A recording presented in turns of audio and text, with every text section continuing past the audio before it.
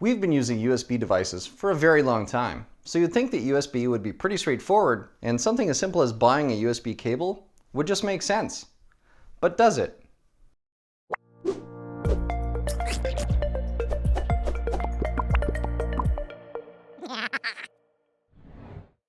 Lately, it's been my experience that USB device manufacturers and people who sell and develop USB cables seem to be a little bit confused over what kind of performance a cable is actually capable of. For today's testing, I'll be using a Ugreen M.2 NVMe enclosure with a Western Digital SN850 2TB M.2 drive. So we've eliminated all the potential bottlenecks that could be caused by the drive itself. And this device is rated at 10 gigabits per second.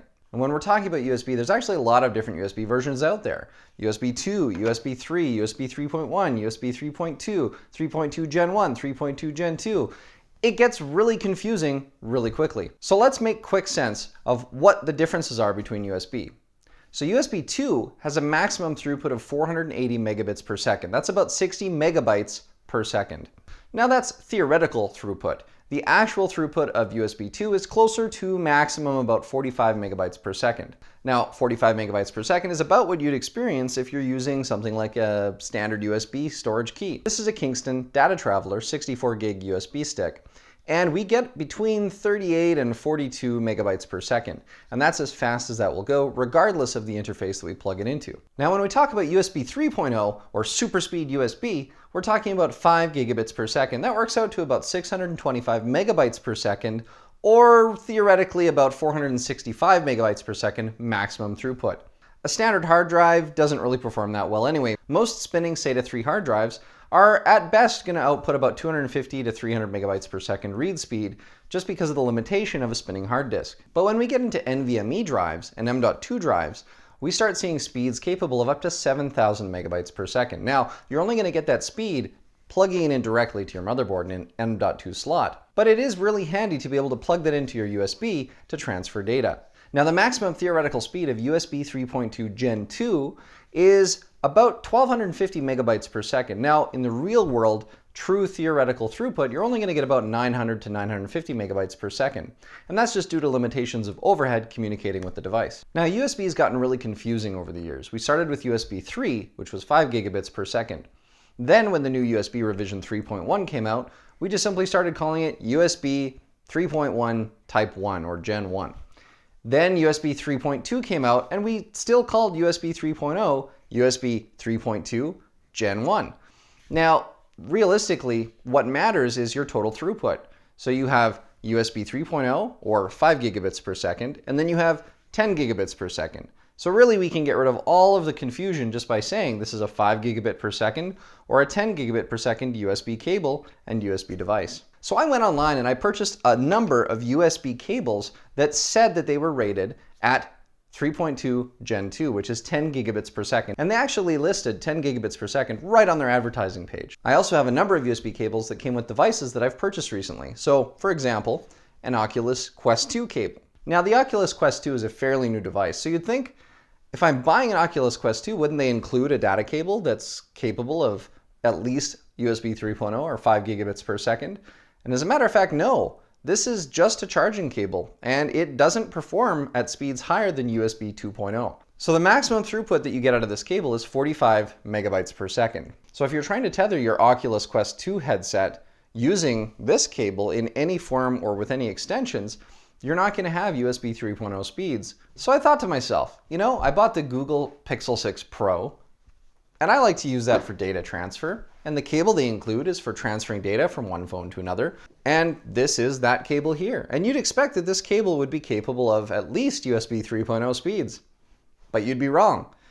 Even the included cable for the Google Pixel 6 Pro is only capable of USB 2.0 speeds. So when transferring data, at best you're getting 40 to 45 megabytes per second. So if you want to transfer data from your phone to your PC and you want to do it using a cable, you actually need to buy a separate cable that's capable of higher speeds. So that got me thinking, what about all the other cables that I've purchased? Well, we've got the Valve Index controller charging cables. Now they're advertised as charging cables, and as such, they're only capable of USB 2.0 speeds. So again, the purpose of the cable was to just charge your devices. They didn't take into consideration data transfer because you're not transferring data to your controllers. But because people keep their USB cables, in a box and they tend to reuse them, it's going to be really confusing when you go to plug in and you go, well, that's USB Type-C. Why is my data transfer only 40 megabytes per second? Well, the cable's just not rated for those speeds.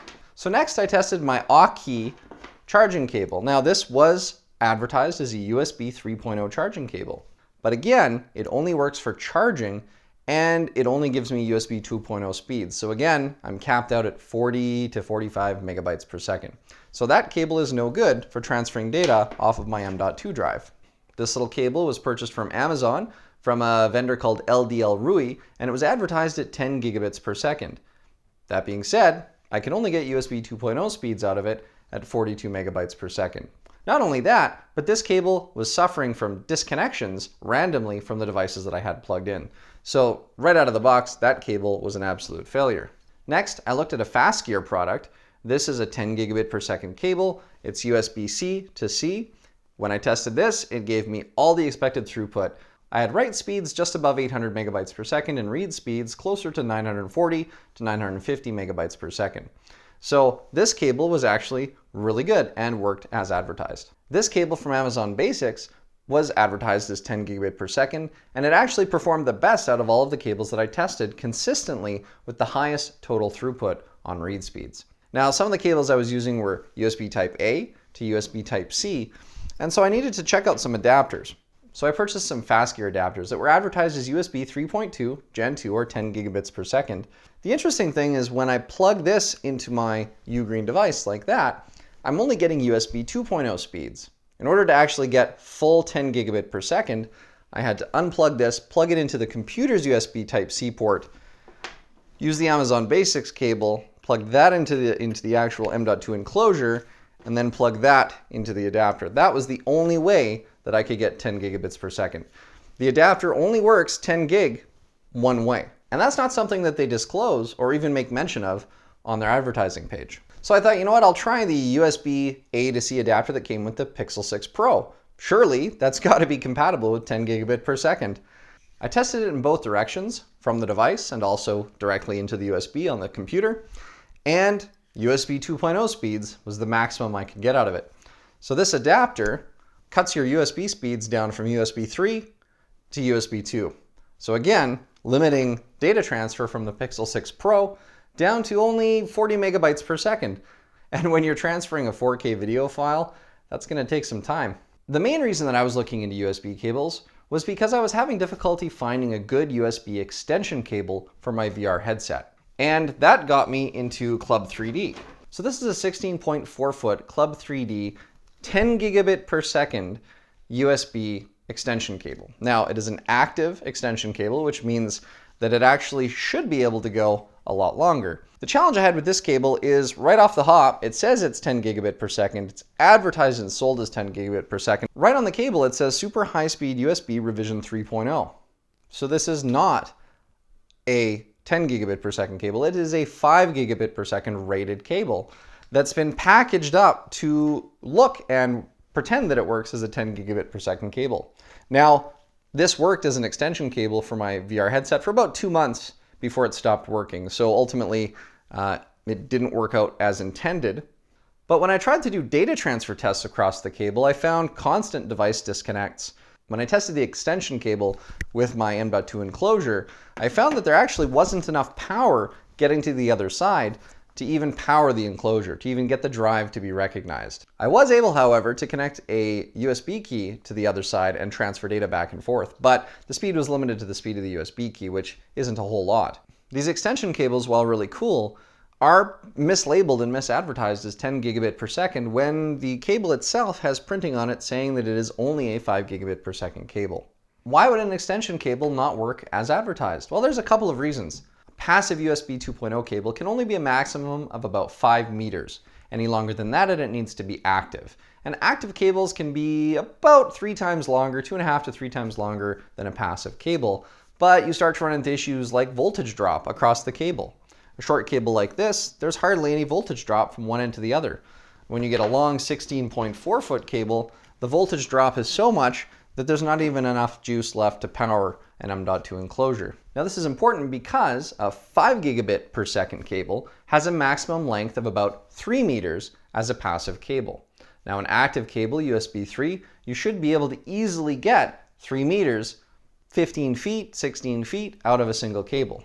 But the challenge with 10 gigabit per second is that the maximum passive cable length is about 1 meter or about 3 feet.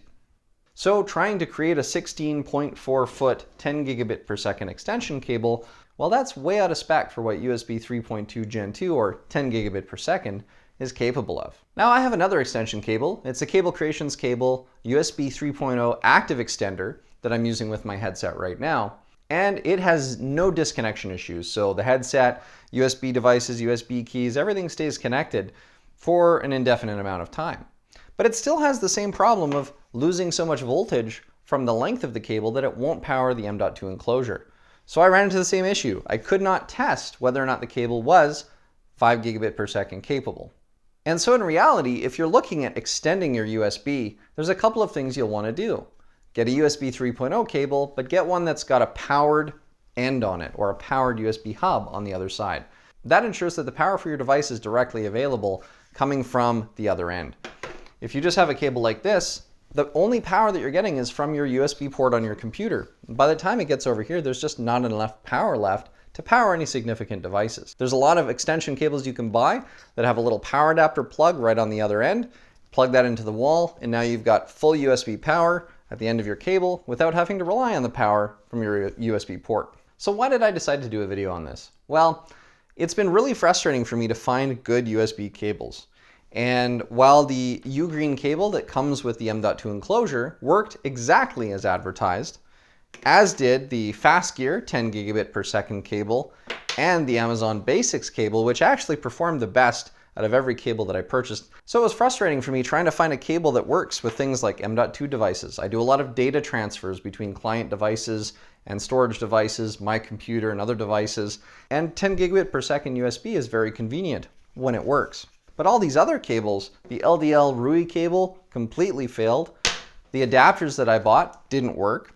And you know, I even bought a USB hub rated at USB 3.0. And as you can see, this cable's not entirely that long, but this still experiences enough voltage drop that when I plug it into the computer, it won't power my M.2 enclosure. And for the purposes of this USB hub, I don't need it to be powered, and I'm rarely gonna ever wanna use it with my M.2 enclosure, so that's fine. But again, these are things that aren't really disclosed to customers when they're buying these cables. So for example, if you're going to buy a USB hub that you want to power some devices, external hard drives, things like that, you're going to want to get a powered USB hub. So one that plugs into your USB computer for data, but relies on external power to power your devices. When it comes to USB cables, what you see just isn't what you get when it comes to online retailers. So be careful buying cables that don't necessarily come from reputable retailers. So when you're buying USB cables or USB devices, it's important for you to know that there's different speeds. USB 2 is only capable of 480 megabits per second. USB 3, 3.1 Gen 1, 3.2 Gen 1, they're only capable of 5 gigabits per second. And the fastest super speed cables are available at 10 gigabit per second. And to make things even more confusing, you also have USB 3.2 Gen 2 X2, which means they're capable of 20 gigabits per second. And I couldn't find a whole lot of cables that were advertised at 20 gigabit per second or USB hubs that work at 20 gigabits per second. So you almost need to forget USB 2, USB 3, kind of need to just forget all of that and think, is it 5 gigabit? Is it 10 gigabit? And are they actually going to be capable of performing at that level? This is also important to note for power and charging. For example, the Google Pixel 6 Pro, the charging cable that it comes with only works at USB 2.0 speeds. Funny enough, USB 2.0 can only charge at 15 watts. The cable itself is only rated for 15 watts. You need to be able to get up into 10 gigabit per second territory or USB 3.2 Gen 2 to be rated up to 100 watts for charging. You might end up using a charger that's good for 30 watts and a cable that's only good for 15. Now, devices are supposed to detect what kind of cable it is and only provide the data throughput or the power throughput that's capable on that individual device. But it still begs the question, why not include better cables with your devices? USB 4 is just around the corner, and that's going to be 40 gigabits per second. And it looks to me like manufacturers are still trying to figure out the difference between 5 gigabits and 10 gigabits. So as a consumer, this is very frustrating. If you want to buy a good cable or a good adapter, and it says it's rated at 10 gigabits per second, but then it really isn't. And for the average user, you're not really going to notice the difference other than, hey, my file transfers are slow, or hey, why isn't my device working as it's supposed to? So I really wanted to do this video to try to help everybody understand that one USB cable is not the same as another. And while it may be a USB-C to USB-C cable, it may actually only work at USB 2.0 speeds. And the majority of cables that you can buy online, well, they don't really know what they are either. They'll tell you they're 10 gig, but they can only do USB 2 speeds. Now this matters a lot in my test case when trying to use an M.2 drive to transfer as much data as possible. For something like a keyboard or mouse, there's not a lot of data that goes back and forth, so a keyboard and a mouse can easily perform at just USB 2.0 speeds. If you're connecting something like a low-performance USB key, again, you don't need 900 megabytes per second. You're fine on USB 2 speed. But as technology starts to evolve and get faster, it's important to know what cables and which devices that you should be purchasing. It's important to know how much power is available to power your external devices when using something like a USB hub. And if you've got a whole bunch of old USB cables laying around, it might be time to recycle them. If you've got old USB 2 cables or old USB 1.1 cables, which only can do 1.5 megabytes per second, you may just end up causing yourself some grief. So hopefully this video helped you tell the difference between one USB cable and another, and help you to understand the differences between USB 2, 3, 3.1, 3.2, and all of the things in between.